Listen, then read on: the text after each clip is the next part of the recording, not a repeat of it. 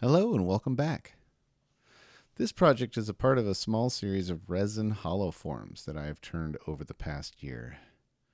All of them are fairly similar in makeup, with the biggest difference being color and a small variation on shape and size, of course. The base for each core is apple wood. Here I'm marking out the center for each end of the wood so that I can turn it in the lathe down to a size that I'm looking for. The idea here is that the core sets a nice base for the overall look and feel of the piece once it's turned with resin. I want to take a moment and thank everybody who commented and made suggestions in my previous videos. Definitely very helpful. I appreciate you taking the time to do that. I look forward to any and all comments that you might have. As a lifelong learner, this is something that will definitely help me grow in the future moving forward. So again, thank you.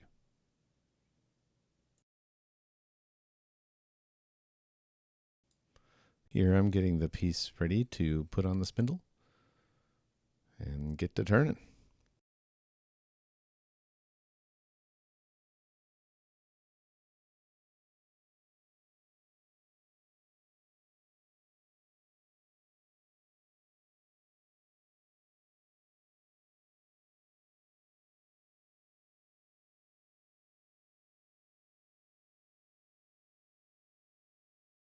Here I started with the 5/8 inch bowl gouge. If you're interested in this tool, I've left a link down in the description. There are a few affiliate links down there to Amazon, so if you're interested in checking out some of the things that I have used in this particular video, please take a look.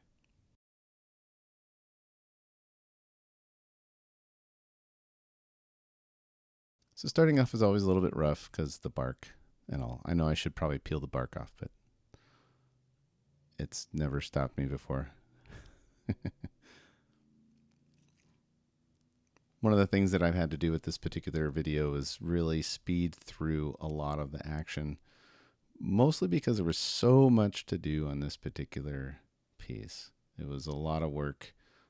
Normally, I can get a piece done fairly quickly within 4 or 5 hours, but for some reason, this particular process takes me a lot longer to get through. I think it's because I really have to slow down when turning the resin itself, as it just turns so completely different than wood does. I'm sure if any of you have ever turned resin, you probably understand what I'm talking about.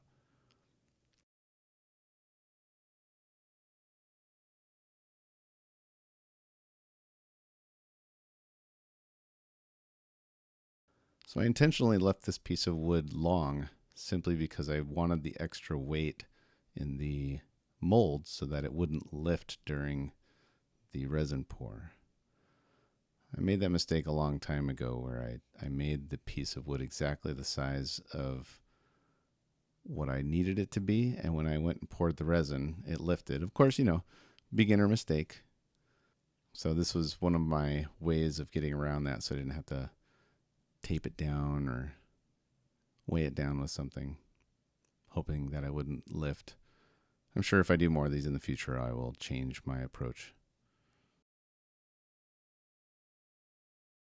So here I'm facing off the end of it just to make sure it's nice and flat.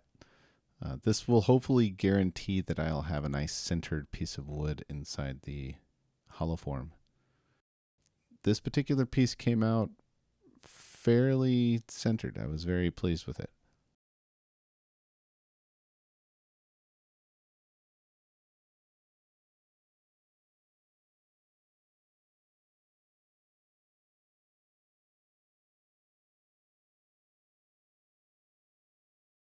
For the last little nub on the end of this piece, I grabbed a pull saw, nice flexible pull saw that I could get a nice flat cut on it. Turned it while I was cutting just to make sure I was keeping it nice and flush to the surface of the wood there. The reason for this is when I go back and put on the back plate in the next step, I wanted to make sure it was nice and clean surface so I didn't have anything to mess with at all.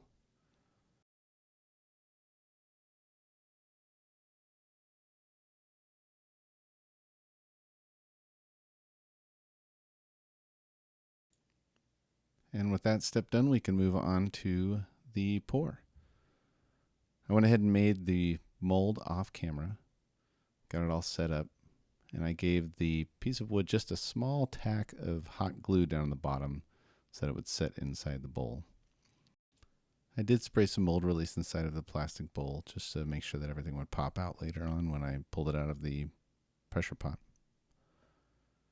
Here I'm setting the scale. This is a 2-to-1 mixture, resin to hardener.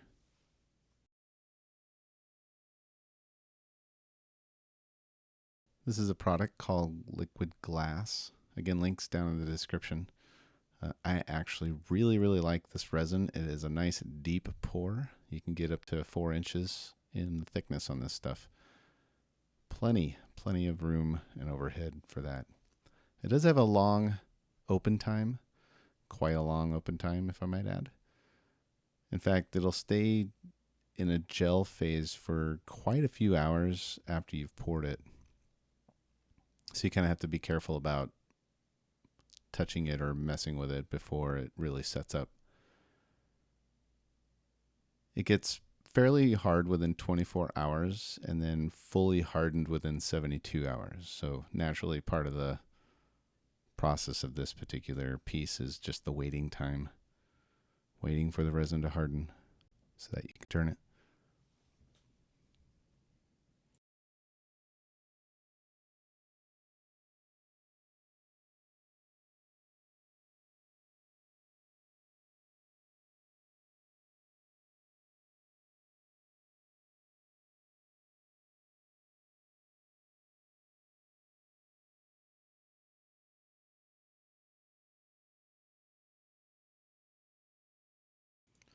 So for colors, I went with a mica powder, kind of a mixture of 3 different colors. Went with a blue, purple, and another color of purple. I kind of wanted a mix. I didn't want like a straight purple color. I wanted it to be sort of a catchy looking bluish purple almost.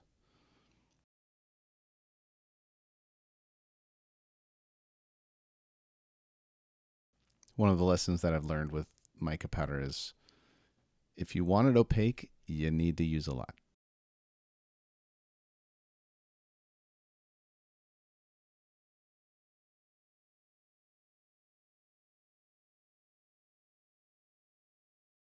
Stir it all up. Now, this stuff you have to stir it for roughly 5 minutes to make sure that it is all firmly mixed between the hardener and the resin.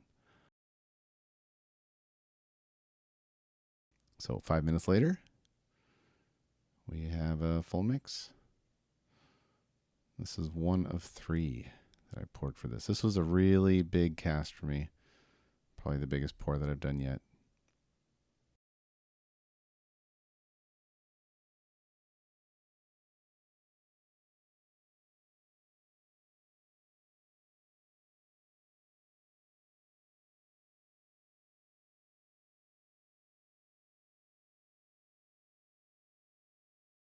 I did follow it up with a white and interference blue mix. The interference blue gives it a really interesting look at different angles under the light. I've always been a big fan of the interference colors and what they can do to visible look of certain colors. Here's pour number 3, again, more purple. Very rich, very opaque. I didn't want this one hugely transparent. I wanted it to be a bit more opaque than what I had done previously.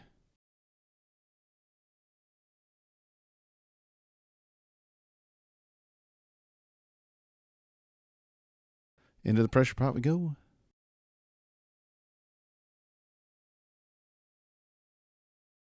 We'll say that was a bit precarious trying to move that big thing into the pressure pot.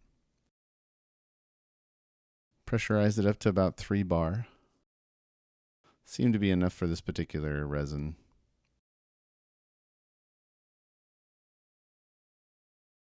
The idea of the pressure pot is to get rid of as many bubbles out of the resin as possible so that you reduce the risk of voids when you turn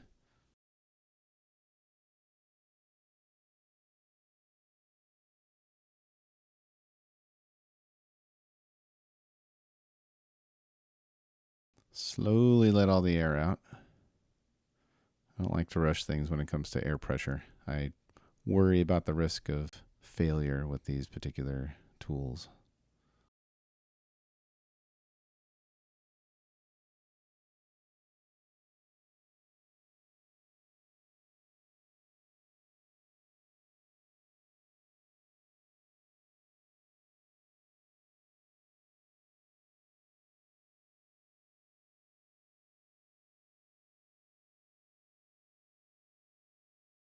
We only had a couple air bubbles that popped up at the very top, but so far so good.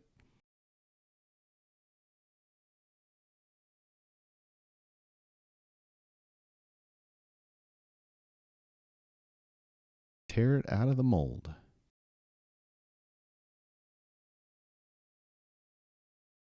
There's no real science here. Let's just take a whack at it. Cut it out as best you can.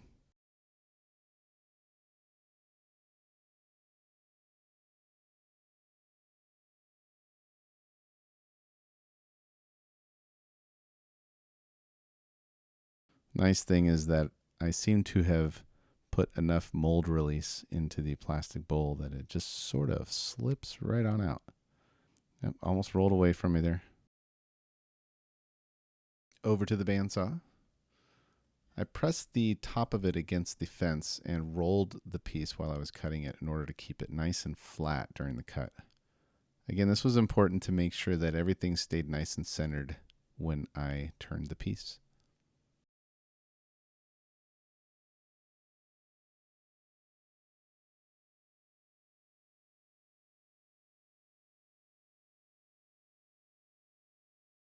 With that done, I could then proceed to marking my center. I wanted to make sure that the back plate was perfectly centered so that everything would turn true when I get it over to the lathe. So previously I'd made a little center post to make it easy to get the back plate directly centered onto the wood without any real movement. So just a fancy little jig that I made, just turned it on the lathe and stuck a point of a nail at one end of it. Made for a nice little jig for lining these up.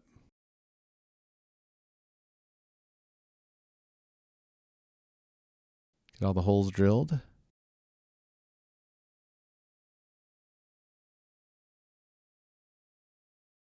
And mounting the back plate.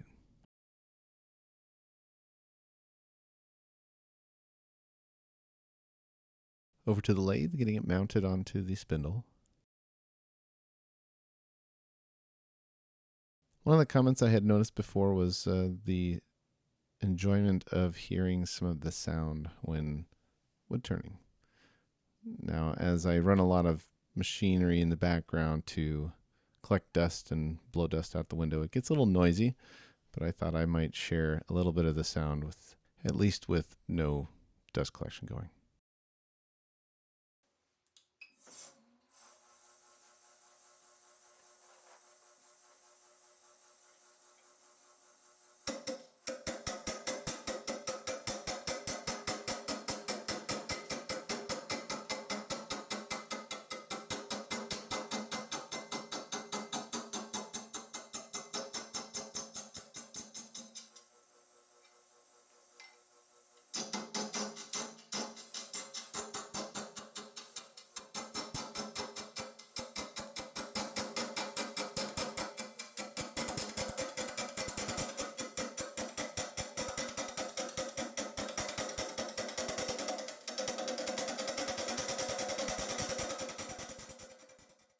You get the idea.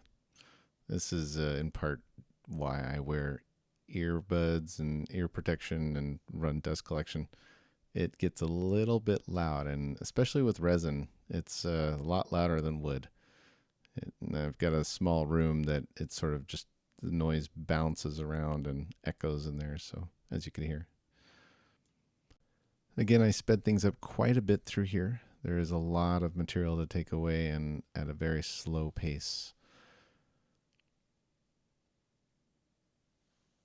I wanted to try to keep the video somewhat of a decent time frame. I think we have it down to about 30 minutes at this point, so I'm quite happy with that length. Not too long, not too short. Depends on your viewing pleasure, I suppose.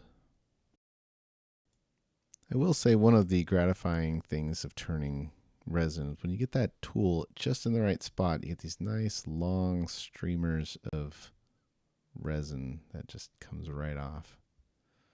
It's kind of a fun, gratifying moment in wood turning. Here I'm facing off the bottom edge, getting ready for the mortise.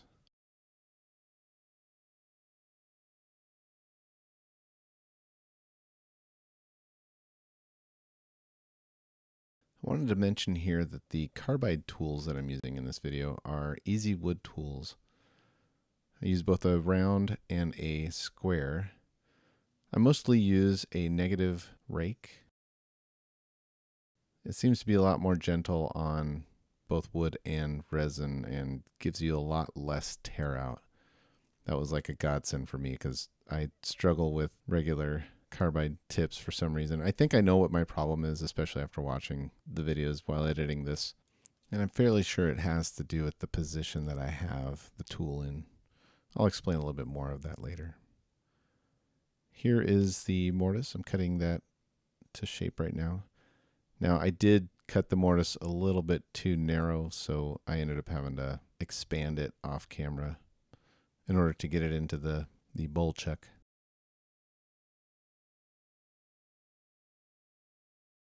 Little minor sanding on the bottom. I did go through some of the grits, up to 400, I think. I use 190 proof grain alcohol, just stuff that you can buy at the liquor store for cleaning off both wood and resin. I find that the grain alcohol does a really good job of cleaning up the wood without raising the grain. In some cases, you want to raise the grain and try to knock down any little extra pieces, but I find that in a lot of cases, it just ends up being like double work.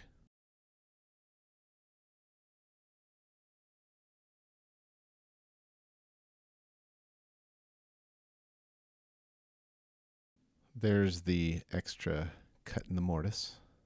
You can see that's a little bit more, a little bit thinner on the lip now. Turn it around, put it in the bowl chuck.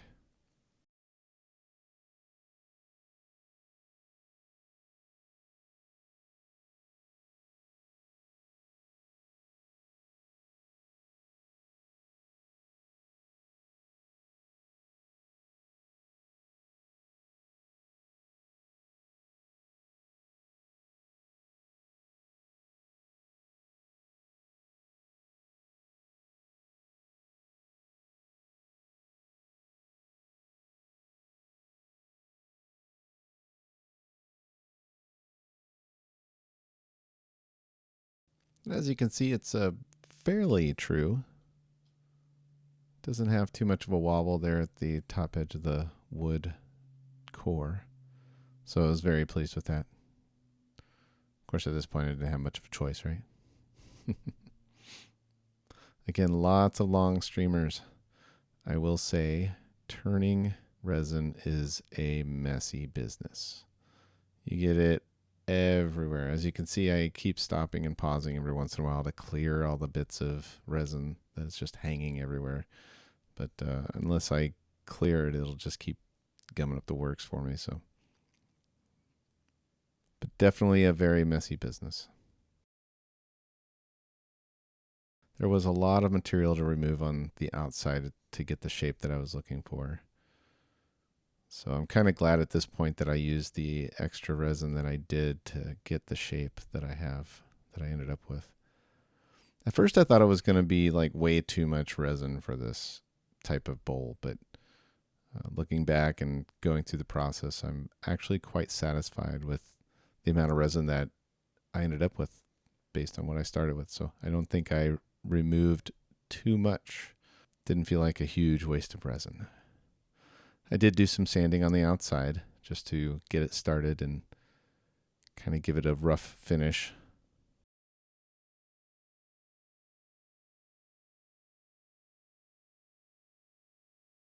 Go through the grits.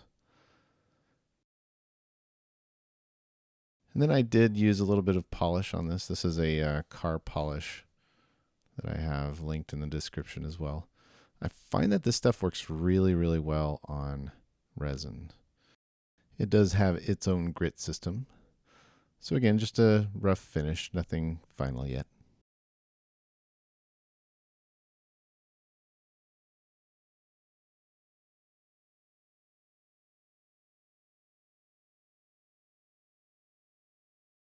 Here I'm getting set up for turning the base of the top of the bowl.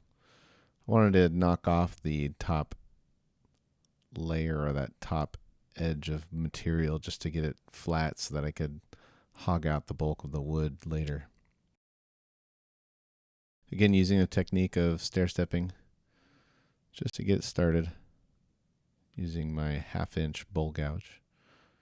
Again, another link in the description down below.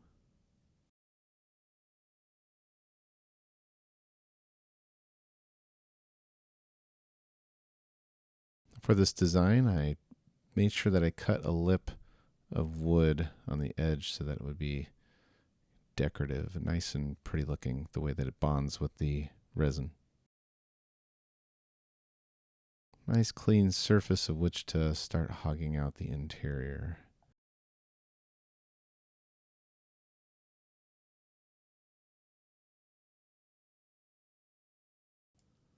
Now here I'm going through various sizes of Forstner bits, about as large as I could manage without totally messing the piece up. Once that was done, I went ahead and went into it with a standard carbide tip turning tool.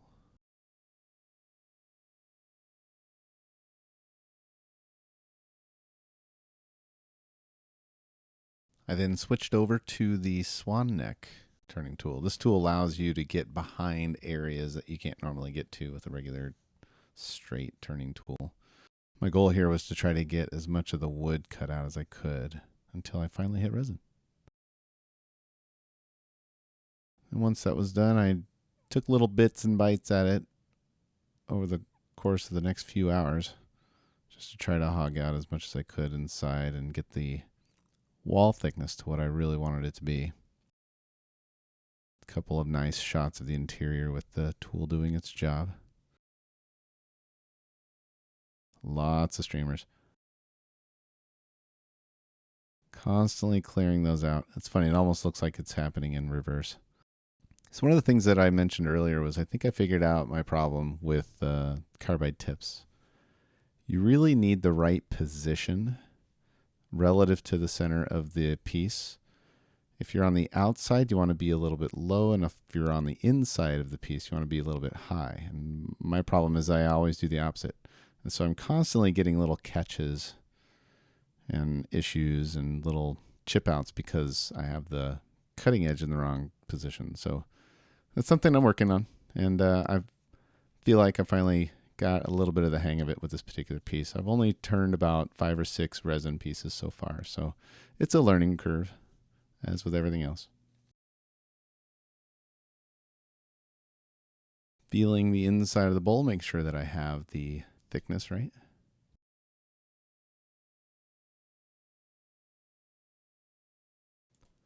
I kind of wanted to show off sort of what it looked like with the light behind it during the turn, because I check this periodically just to see how close I am to the outer edge. And I left this one just a little bit on the chunky side because it gives it some meat, some feel. It's a lot of richness to it.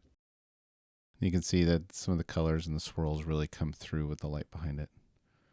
Somewhat transparent, but not a huge amount.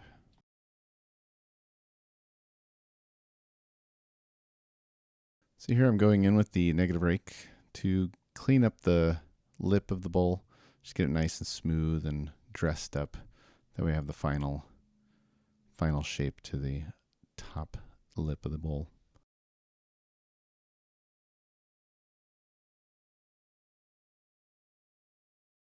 With all the final shapes in place, I went through and did some sanding. At this point, I did go up to 2000 grit, so I started at 180. Naturally, with resin, you don't normally have to start that low, but with the wood, I wanted to make sure that I had a nice, consistent, sanded surface. So I went all the way up to 2000 grit before I did the final polish.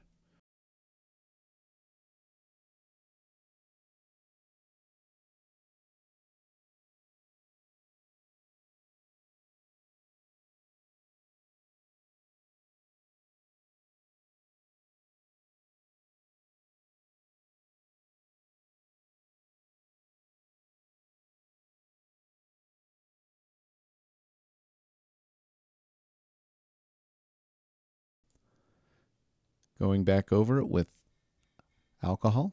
Again, 190 proof grain alcohol. Get it at any liquor store. Does a really nice job of cleaning up the surface.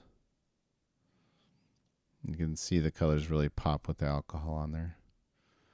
At this point, I'm going into the different grit system for the polish that I used. I sort of experiment with this a little bit. I go back and forth between using different types of polish compounds or techniques. In this case, it's just a 4 grit compound set. You start with the lowest grit and work your way up to the highest. I've used just plain wax before. Depends on how shiny of a surface you're looking for with the resin. Just working my way through the grits up to the final polish. And in this particular shot, you can actually see some of the interference blue coming through mixed in with the purple. I think it gives it a really nice effect. It's like purple, but with little hints of blue throughout it. I just have to say the color and the result is just fantastic. I love the way that the mica powder works. Remove it from the bowl chuck. Ready to move on to the next step.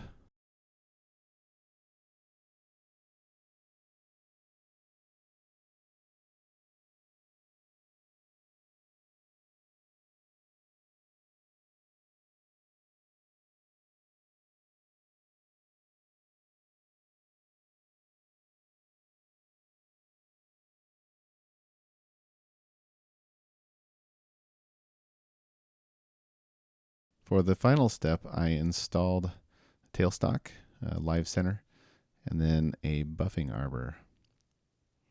This is a buffing arbor that I've seen online quite a bit and finally got my own.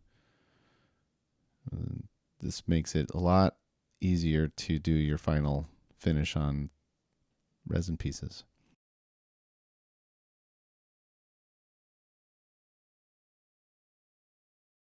This does have different compounds. I have a brown compound and a white compound, and then finally a carnauba wax. So it's sort of like a grit system, but you just kind of go up in fineness of the compound.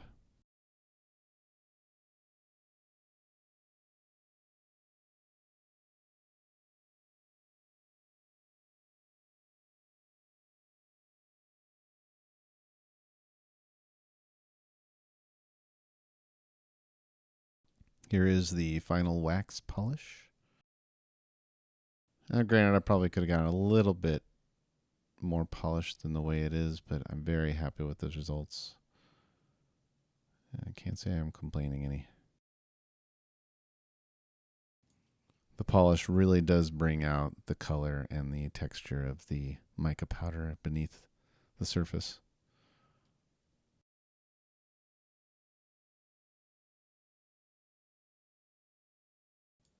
Last and final step. Set my brand. I use a brass brand, heat it up to a pretty good temperature, burn the brand into the wood, and then I'll give it a nice light sanding and a final wax.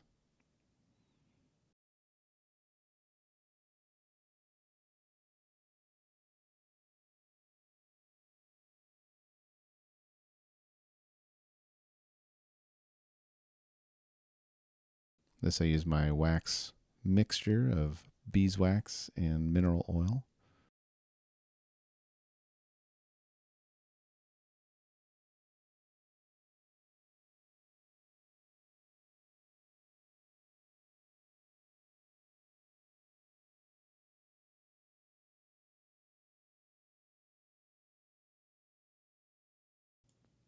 Final wipe down and a look on the inside with the lights turned off. Again, I kind of wanted to showcase the overall look and feel of it with light from the inside. Normally, you probably wouldn't light it up unless you put a tea candle in there or something.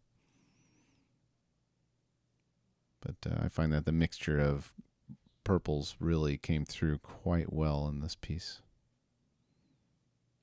So there you have it.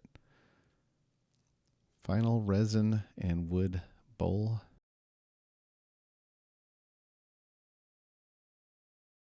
So thank you for watching. I hope you've enjoyed this video. Have a great day.